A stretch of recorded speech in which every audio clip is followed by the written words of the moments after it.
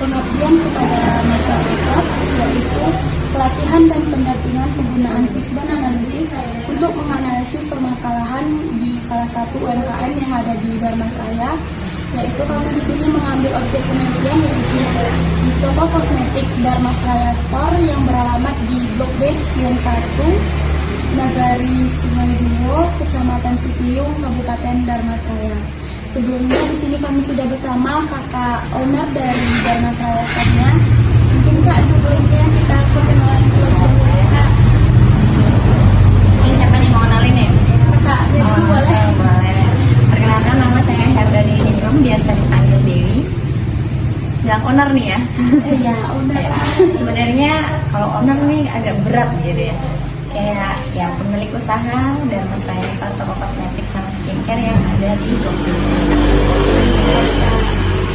Sebelum mungkin kita masuk ke inti permasalahannya, di sini kami mau menanya dulu nih kak, apa latar belakang kakak untuk membuka toko kosmetik seperti ini kak? Kalau untuk latar belakangnya sebenarnya apa ya? Karena dari diri sendiri dulu ya. Dari diri sendiri itu aku emang hobinya di kosmetik, hobinya make up. Jadi kalau udah make up itu kayak rasanya kalau kita punya sendiri kayaknya lebih enak gitu ya. Nah itu sih sebenarnya yang melatar belakangi. Satu lagi, aku punya sebenarnya aku pernah ngeliat satu toko kosmetik yang gede banget di Padang dan itu kayak ngebuat itu inspirasi aku. Jadi motivasinya Ya, sebenarnya ada salah satu toko kosmetik yang ada di Padang itu benar-benar menginspirasi aku. Aku pengen banget nih punya toko kosmetik kayak. Mungkin sejak tahun berapa kakak mulai toko ini kak? Kalau toko ini sendiri sebenarnya sebelumnya kan toko Dharmasraya Store ini ada di Blok B Spion 4. Nah, dia itu dari 2019 Maret 2019 itu udah mulai berdiri. Mungkin dalam menjalankan usaha ini kakak mungkin ada dibantu dengan beberapa staf kakak. Ada Pasti. berapa kak staf yang kakak punya? Kalau untuk staff sendiri ada 2 admin yang ngebantuin, ada yang baru dan ada yang udah lama banget. Ada 5 tahun yang ngebantu aku dalam segala hal.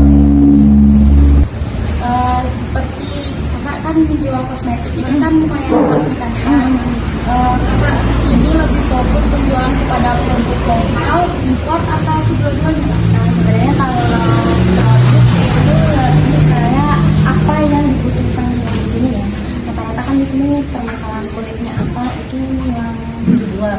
Nah kalau untuk produk sendiri banyak sih, ada impor jarang banget kalau ada di sini karena yang penting yang sudah BPOM.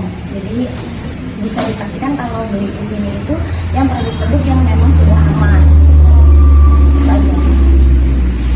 Target pasar yang paling utama itu apa? Target pasar karena sekarang itu lebih kayak kita mengedukasi konsumen untuk beralih. Kadang kan ada yang konsumen itu lebih kayak dulu di awal-awal tuh kayak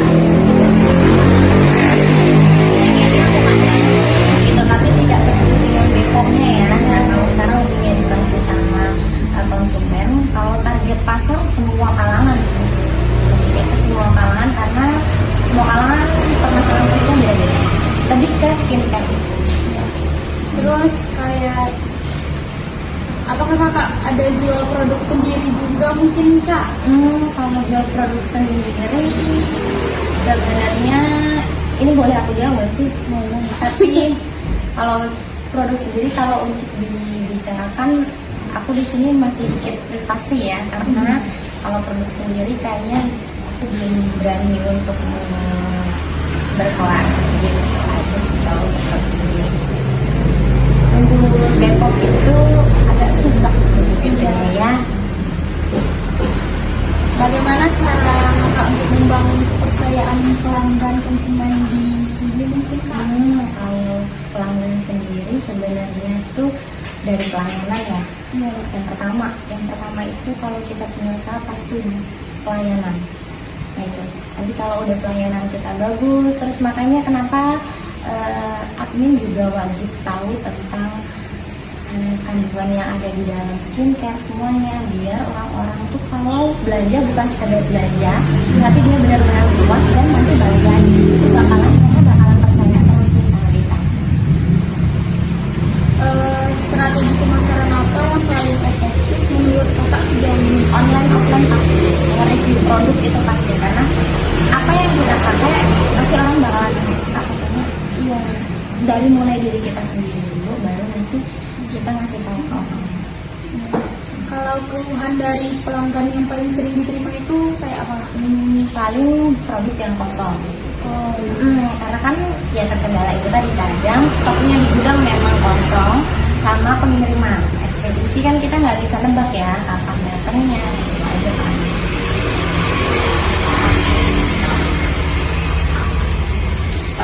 Cara Kakak mengatur keuangan toko ini gimana Kak? Kalau mengatur keuangan lebih kayak apa ya? Kan kita ada uang masuk uang keluar, ya maka pembukuannya harus kita harus punya pembukuan uang masuk sama uang keluar. Apakah omset penjualannya itu cenderung meningkat, stabil, atau menurun dalam beberapa bulan terakhir? Alhamdulillah kalau untuk di sini sendiri alhamdulillah ya, namanya usaha kadang kan ada turun ada naik gitu ya. Jadi kalau di sini alhamdulillah kadang ada kayak anak-anak dulu sekolah kemarin pasti ada dong turun kayak gitu, tapi pas udah anak-anak ini udah mulai sekolah lagi penjualan mulai naik lagi. Apakah ada rencana buka cabang baru Kak? Pengen, kalau itu termasuk dalam wishlist aku nih, buka cabang baru ya kan. Itu aja, kalau wishlist pasti Ya Kak. Ada nggak Kak tips dari Kakak yang buat buka toko kosmetik itu Kak? buat yang pengen buka kosmetik ya, sebenarnya apapun usahanya, kalau kalian pengen, ini contoh kalian pengennya buka kosmetik, buka usaha apapun sih sebenarnya harus dari hati ya. Kalau udah dari hati itu kita ngelakuinnya enak, enjoy, dan pastinya kalau usahanya kita kan kadang ada yang kita udah ngelakuin usaha tapi ternyata nggak berkembang. Tapi kalau udah dari hatinya kita, terus kita juga pahami apa yang kita lakuin gitu, itu pasti insya Allah. Terus bagaimana cara Kakak menghadapi persaingan dengan brand besar, toko yang besar gitu Kak? Ini permasalahan utama sebenarnya ya. Namanya masalah di setiap usaha pasti bakalan banyak banget. Tapi yang harus ditanamkan di diri kita sendiri, rezeki itu sudah ada yang ngatur, dan pastinya rezeki kita yang sekarang ini Tuhan tuh udah tahu takarannya, jadi nggak perlu mikir aneh-aneh. Apapun saingannya, yang penting kita tetap melihatnya ke depan, jangan melihat kanan kiri, karena semua orang sudah punya rezeki masing-masing. Baiklah, sekarang kita masuk pada inti pertanyaan dari Fishbone analisis tentang produk kosmetik KKN. Baiklah, izin bertanya, apakah staf toko yang ada di sini sudah memahami produk kosmetik yang dijual? Sejauh ini kamu staf sendiri ya, pastinya dari pertama kali masuk itu pasti udah dikasih tahu, mereka harus tahu apa kandungan yang ada di dalam kosmetik, karena kan kita itu di kosmetik ini banyak banget yang harus dipelajari. Karena kalau dia nggak tahu kandungan, nanti mau menyarankan ke orang malah jadinya bukannya dapat hasil yang bagus. Nah, nanti jadinya orang-orang malah keluar dari sini bukannya menyelesaikan masalah yang ada di tubuh mereka, malah jadinya menambah masalah baru. Oke, makanya setiap staf yang ada di sini harus tahu tahu. Baiklah, apakah karyawan yang berada di sini mendapatkan pelatihan khusus terlebih dahulu? Kalau untuk pelatihan khususnya sih ya, cuman bagi saya yang ada di sini karena alhamdulillahnya staff yang ada di sini itu sudah 5 tahun ya, 5 tahun lebih. Terus mereka juga ada salah satu namanya BA kan, BA itu beauty advisor. Jadi dia itu setiap bulannya kadang ada rapat, ada meeting, dan itu selalu dikasih pengenalan produk. Jadi dia harus paham dengan produk-produk yang mereka jual. Jadi dipastikan mereka sudah paham dengan produk yang mereka jual.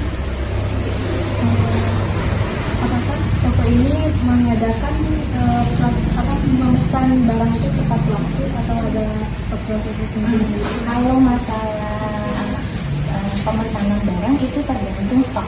Kalau stoknya sudah habis, pastinya bisa di-order. Apakah sistem kasir dan stok berjalan lancar sejauh ini? Alhamdulillahnya, alhamdulillah kalau untuk sistem itu kita masih manual ya. Nanti insya Allah itu pro dan kontranya sebenarnya di dalam, tapi pengennya pakai sistem.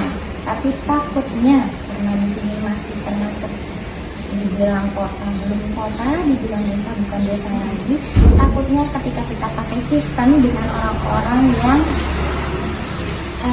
masih ada yang bisa istilahnya tawar menawar ya, itu agak pro dan kontra. Tapi mudah-mudahan nanti seiring berjalannya waktu, orang-orang yang di sini juga sudah paham, kita bakalan buat sistem.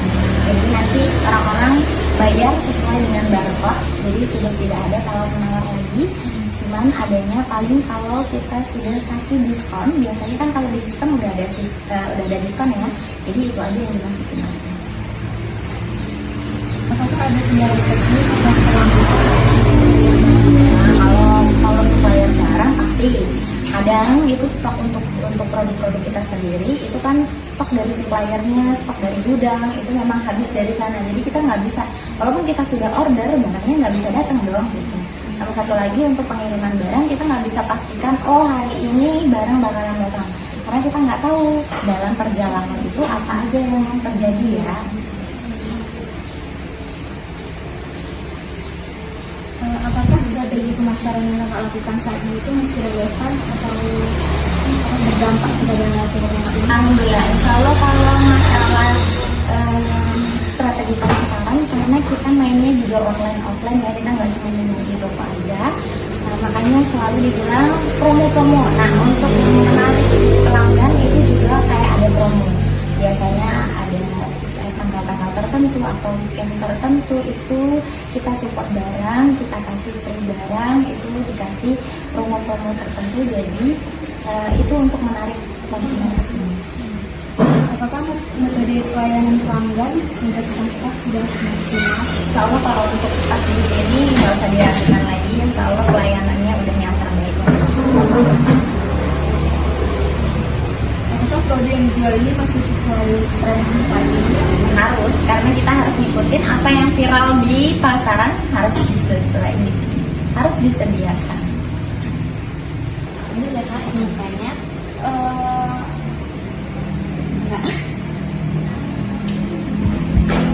Apakah ada produk atau barang yang sering kosong terus Ada beberapa produk itu sulit banget didapatkan karena memang produk viral itu susah banget untuk dapatkan. Bahkan untuk mendapetin aja kita harus rebutan stok sama toko-toko lain, karena kan toko yang ada itu banyak banget. Jadi buat ngedapetin stoknya juga susah banget. Di gudang, bahkan di gudang itu memang kosong. apa itu tukang contoh barang? Contoh lah Fojo 0102 itu susah banget kita dapetin ya. Dan itu kalau sumpahnya kita stok, contohnya stok 20 pieces itu bisa dalam 2 hari habis. Jadi nanti kalau orang lain datang lagi, ya kalau nggak cepet-cepetan, ya nggak dapet stoknya. Apakah toko mencatat atau jadwal pengirimannya ada jadwal tertentu untuk Enggak, kalau untuk jadwal pengiriman enggak. Sebenarnya kalau toko seperti ini kan kita tergantung stok ya. Kalau stoknya sudah mulai melukis, biasanya aku bakalan order. Ada nggak Kak laporan keterlambatan, misalnya dia terlambat alasannya karena ini, bukan karena perjalanan? Jarang banget keterlambatan. Kalau masalah keterlambatan biasanya itu hari ini kita order, 2 hari kemudian itu barang sudah sampai. Biasanya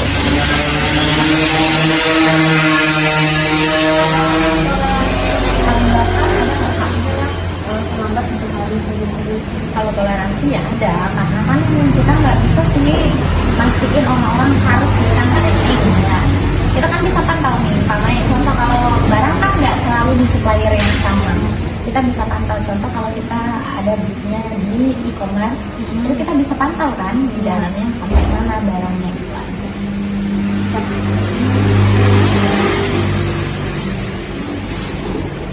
Apakah barang yang dicari itu lengkap semua Kak di sini? Salah satu baju lengkap semua dan Insya Allah sih kalau selagi stoknya dari supplier itu memang lengkap di sini lah. Tapi kadang kan kurangnya itu pas harusnya pengiriman itu di hari ini, tapi ternyata cancel. Nah, itu paling kendalanya. tapi kendala terbesarnya di Pengiriman, iya pengiriman. 1 di pengiriman, 2 di suppliernya memang kosong. Jadi kalau kita kan distributornya dari situ tuh, kalau dari distributor aja udah kosong, terus kita mau cari di mana? Cari di mana pun susah kan. apa supplier itu Kak, ada penolakan dari supplier atau dari distributor? Enggak, kalau itu tuh siapapun kalau ini distributor nggak akan nolak. Kalau memang barangnya ada pasti dikasih.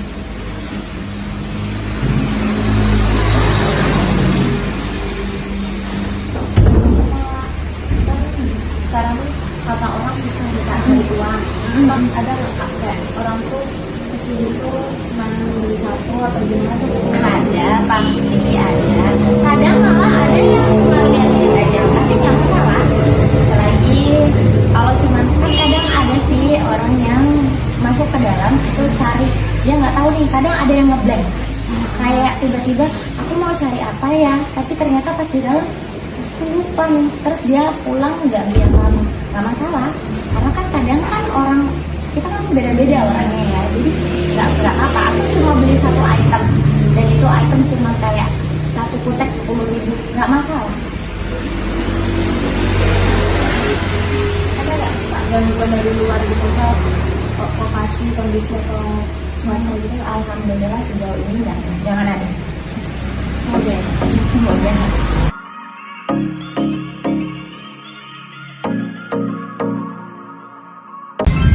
Jadi teman-teman, setelah wawancara dengan kakaknya, mungkin dapat disimpulkan dan kita beri solusinya kepada kakaknya, bukan maksud untuk menggurui, tetapi ini dari analisis kami sebagai mahasiswa yang mungkin masih bisa dibilang baru. Di sini kami mencoba memberikan solusi kepada kakaknya.